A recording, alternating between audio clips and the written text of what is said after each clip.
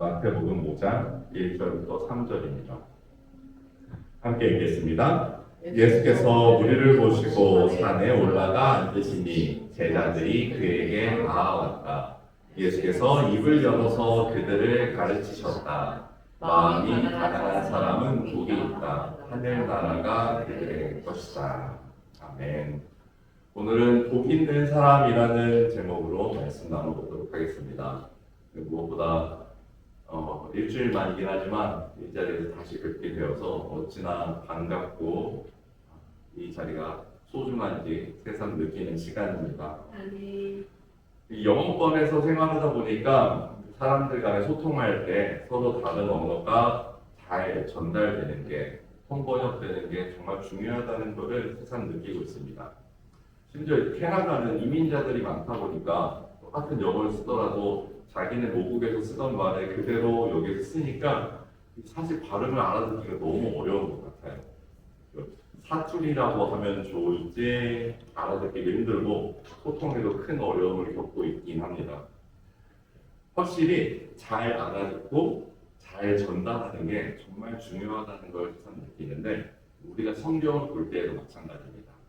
우리는 주로 한글 성경을 보는데 한글 성경에도 이게 알아들은 버전이 약 40여 가지가 있습니다.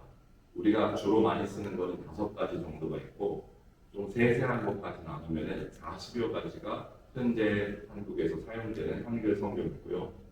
영어 성경은 훨씬 심합니다. 영어 성경은 버전이 무려 900여 개 정도가 돼요. 그 중에서 조그마한 차이가 있기도 하고 별 차이 없기도 합니다. 교단마다 조금씩 듣는 방법이 다르다 보니까 살짝 뉘앙스의 차이가 있기도 하고요. 중요한 거는 이 중에 원본이 있나요? 다 어차피 번역본이기는 마찬가지입니다. 성경의 원본을 기록한 언어는 뭘까요? 다 알고 계시죠? 구약 성경은 거의 대부분 히브리어로 기록되어 있고 신약 성경은 헬라어로 기록되어 있습니다. 오늘 본문을 포함한 신약 성경 마태복음 5장이니까 헬라어로 기록되어 있습니다. 여기까지 이제 거슬러 올라왔다 보면은 오늘 우리가 한글 성경을 읽었어요. 한글 성경 우리가 읽은 버전은 물론 원어를 중심으로 번역된 거지만 역사적으로 살펴봤을 때 한글 성경은 한자 성경, 중국어 성경의 영향을 받기 시작했습니다. 그리고 중국어 성경은 영어 성경을 토대로 번역된 거고, 그 영어 성경은 그 전에 있던 라틴어 성경을 토대로 번역이 됐었죠. 라틴어 성경이 그 앞에 있었던 원어 성경, 히브리어 헬라어 성경을 가지고 번역을 했습니다. 그러니까 여기까지 오면 우리 잠깐 번역의 중요성, 통역의 중요성을 얘기했는데 여기까지 오면 다음 뭘까요? 오늘 마태복음 5장에 예수님께서 설교하시는 장면입니다. 우리가 산상수훈이라고 말하기도 하고 산상수훈 중에 가장 첫 내용인 팔복에 대한 내용을 예수님께서 설교하시는 거예요. 그거를 처음 복음서를 기록하면서 헬라어로 기록을 했는데 예수님께서 설교하실 때는 헬라어로 설교하지 않으셨습니다. 히브리인들이 바벨론의 포로로 잡혀가기 전까지는 히브리어를 사용했는데 바벨론 포로 생활을 거치고 귀환하면서부터는 히브리어 사용의 전통이 끊어졌어요. 여전히 히브리어가 남아는 있었지만 그때는 아람어라는 당시의 통용어를 사용했습니다. 정말 다행스럽게도 아람어는 히브리어하고 의미가 100% 매치가 돼요.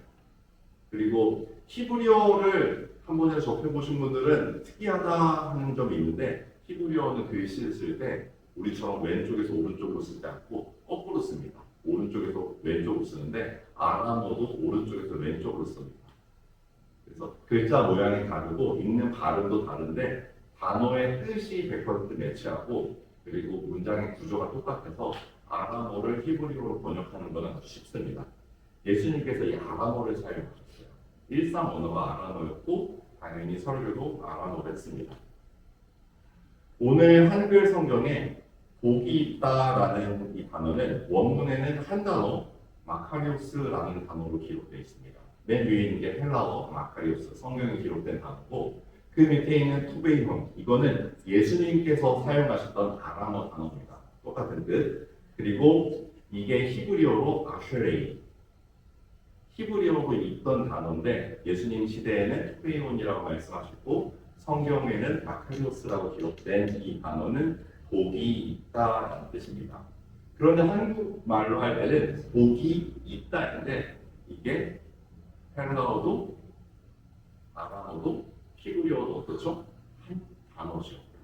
이건 무슨 의미냐면 하나님께서 말씀하시기를 복이 있는 상태의 그 사람을 지칭하는 전용 단어가 있는 겁니다. 복이 있었다 없었다. 그러니까 복이라는 게 따로 있어서 그걸 있었다 없었다 하는 게 아니라 우리가 흔히 복이 있는 사람의 상태로 생각되는 그 상태를 규정해서 그거를 표현할 수 있는 한 단어를 구비해 놓으신 겁니다. 마카리오스라고 우선 기록이 되어 있는데 이게 헬라어잖아요. 그리스어입니다. 그러니까 당시 그리스 문화에서 이 단어의 어원을 찾아보면은 복이 있다라는 단어의 뜻을 살펴보는 데 좀 더 도움이 될 것 같습니다.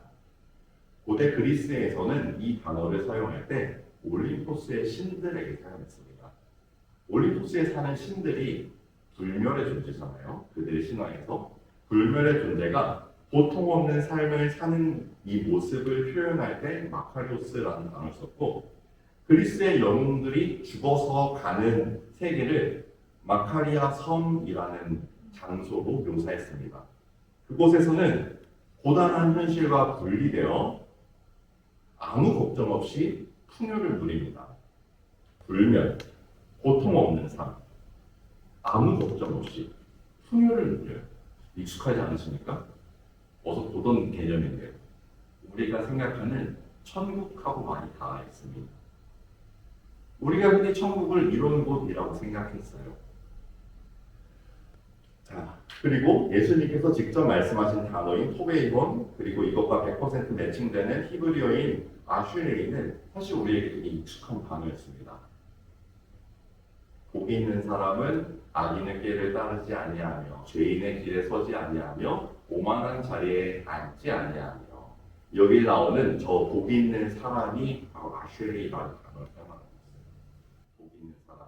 우리 그 복이 있는 사람이 너무 부러워서 가정마다 사업장마다 액자 하나씩 걸려있죠. 저희 집에도 걸려있더라고요. 제가 건 건 아니었는데 오기 전부터 하나 걸려 있었습니다. 복이 있으면 좋잖아요.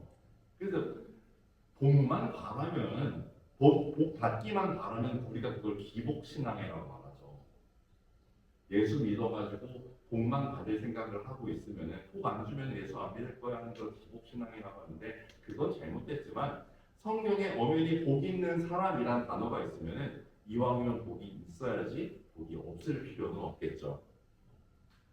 복 있다는 건 어떤 걸까요? 복. 원컨대 주께서 내게 복의 복을 더하사 나의 지경을 넓히시고 주의 손으로 나를 도우사 나로 환난 벗어나 근심 없게 하소서. 야베스의 기도라는 찬양입니다. 야베스의 기도가 나온 구약성경 역대상 4장 10절은 다음과 같습니다. 같이 읽어보실까요?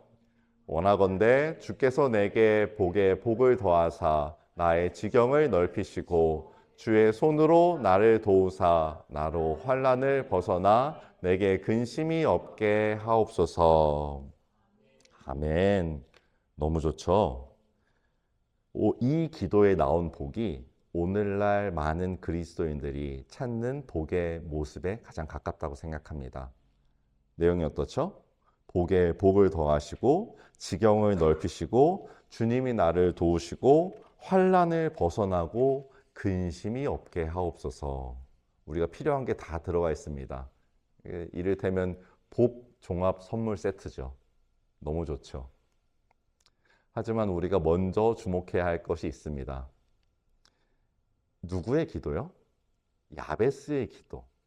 야베스, 이 말은 고통을 주는 사람이라는 뜻입니다. 엄마가 낳을 때 좀 고생을 많이 했던 것 같아요. 그래서 그가 나에게 고통을 주었다라는 단어를 비틀어서 야베스라고 이름을 붙였습니다. 근데 히브리 사람들에게는 이름이 정말 중요해요. 이름이 그 사람 삶의 제목이나 마찬가지입니다.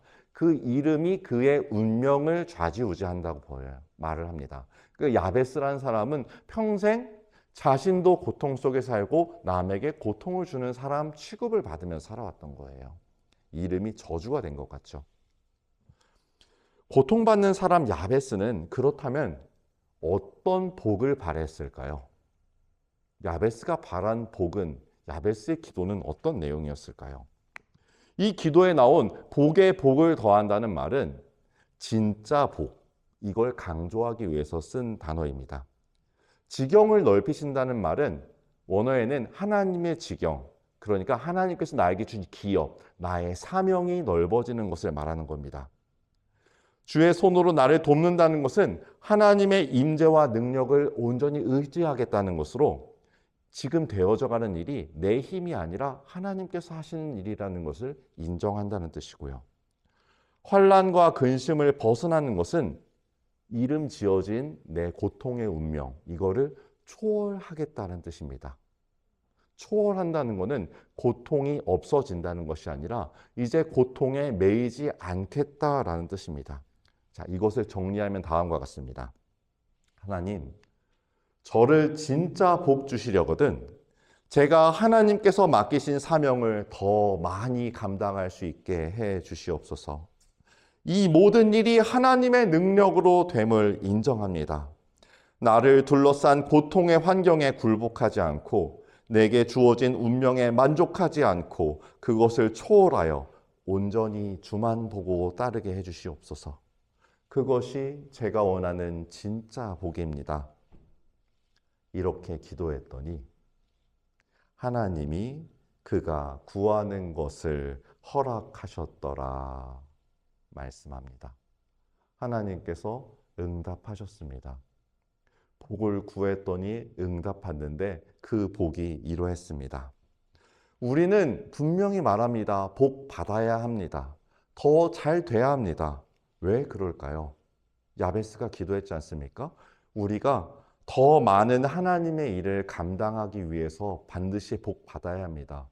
물질적으로 복 받아야 하고 세상의 권세도 가져야 합니다. 더 많은 하나님의 일을 더 잘 하기 위해서요. 그래서 복 받으려고 예수 믿는 게 아니라 예수를 잘 믿으면은 복을 받아야 하는 겁니다.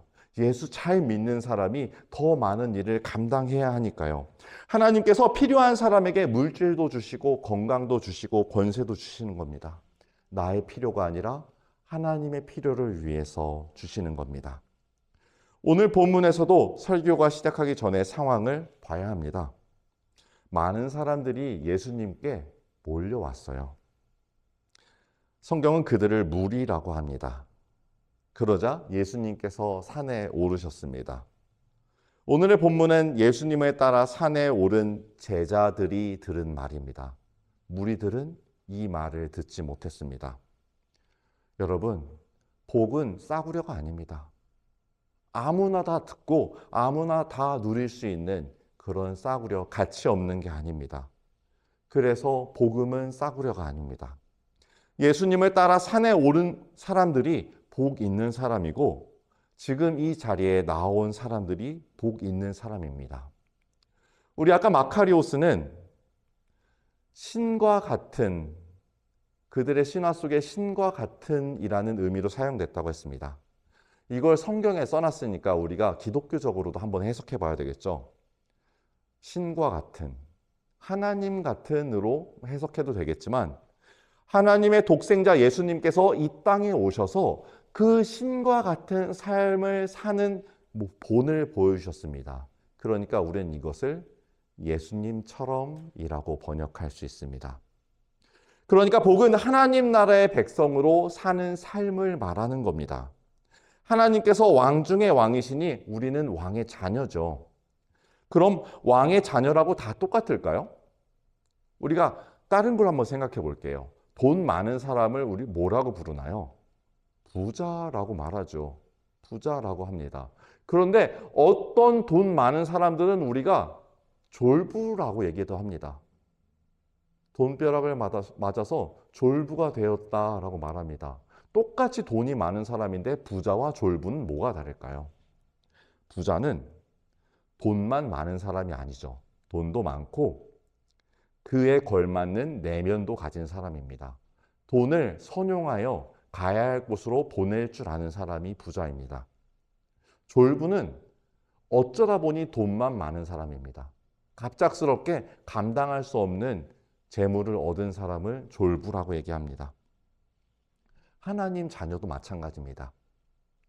우리가 예수 믿고 거듭나면서 모두가 하나님의 은혜로 예수 그리스도의 보혈로 힘입어서 의로운 새 옷을 입었습니다. 그러니 우리는 겉으로 볼 때는 다 하나님의 자녀입니다. 그러니 중요한 건 무엇이죠? 하나님의 자녀답게 사는 내 삶, 나의 내면입니다. 하나님의 자녀가 하나님의 자녀답게 사는 삶, 이것이 우리를 벼락부자나 졸부 같은 받은 복에 눌려 사는 사람이 아니라 내면까지 기품 있게 바꿔주는 요소입니다. 이것을 우리는 예수님처럼 사는 삶이라고 하고 오늘 본문은 복이 있는 삶, 마카리오스, 예수님처럼 이라고 말합니다. 그러니까 팔복은 예수님처럼 사는 삶을 소개하는 글이고 우리가 나아가야 할 길을 보여주는 이정표인 것입니다.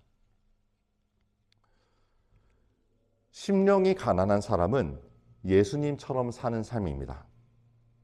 하늘나라를 소유하는 심령이 가난한 사람은 어떤 사람입니까? 그는 내 힘과 내 의지로 해낼 능력이 없음을 고백하는 사람입니다. 마치 절벽 끝에 매달린 사람처럼 누군가가 뻗어주는 팔을 간절히 기다리고 부르짖는 사람입니다. 도와주세요. 살려주세요. 간절히 소리치는 것 외에는 자기가 이것을 극복할 능력이 없음을 스스로 알고 있고 그래서 내어 맡기는 사람. 예수 믿는다는 것은 우리의 삶이 평탄한 길을 적당히 오르고 내리는 것이 아니라는 것을 인정하는 것입니다. 우리 삶은 이미 항거할 수 없는 절망과 고통 속에서 절벽에 위태롭게 매달려 있습니다. 예수를 믿건 믿지 않건 사실 우리의 삶은 다 이렇습니다. 어떤 사람은 이것을 깨닫고 간절히 찾다가 주께로 나아오는 사람이 있고 어떤 사람은 그냥 교회에 다니고 있다가 비로소 이것을 깨달아 주님 앞에 온전히 서는 사람이 있습니다. 순서의 차이일 뿐 참 그리스도인은 이것을 고백하고 하나님께 매달리는 사람입니다. 내가 처한 절체절명의 위기 속에서 날마다 간절히 부르짖는 것. 우리가 야베스임을 깨닫고 하나님의 도우심을 구하는 삶. 이것이 그리스도인의 삶입니다. 그럼에도 불구하고 나의 평안이 아니라 먼저 그 나라와 그 의를 구하는 삶. 이것이 예수님처럼 사는 사람, 복 있는 사람입니다. 예수님 주변에는 늘 무리가 있었습니다. 수만 명의 무리가 예수님을 따라다녔습니다. 그들은 예수님이 행하시는 기적을 보면서 떡과 물고기를 원했습니다. 더 많은 오병이어가 내 삶에 가득하기를 소망했습니다. 하지만 예수님께서 무리를 뒤로 하시고 산에 오르셨을 때 숨을 헐떡이며 뒤따르던 이들이 있었습니다. 성경은 이들을 제자라고 말합니다. 예수님의 발자취를 따르는 거룩한 제자의 길. 부르심에 반응하는 우리 모두가 되기를 소망합니다. 기도하겠습니다.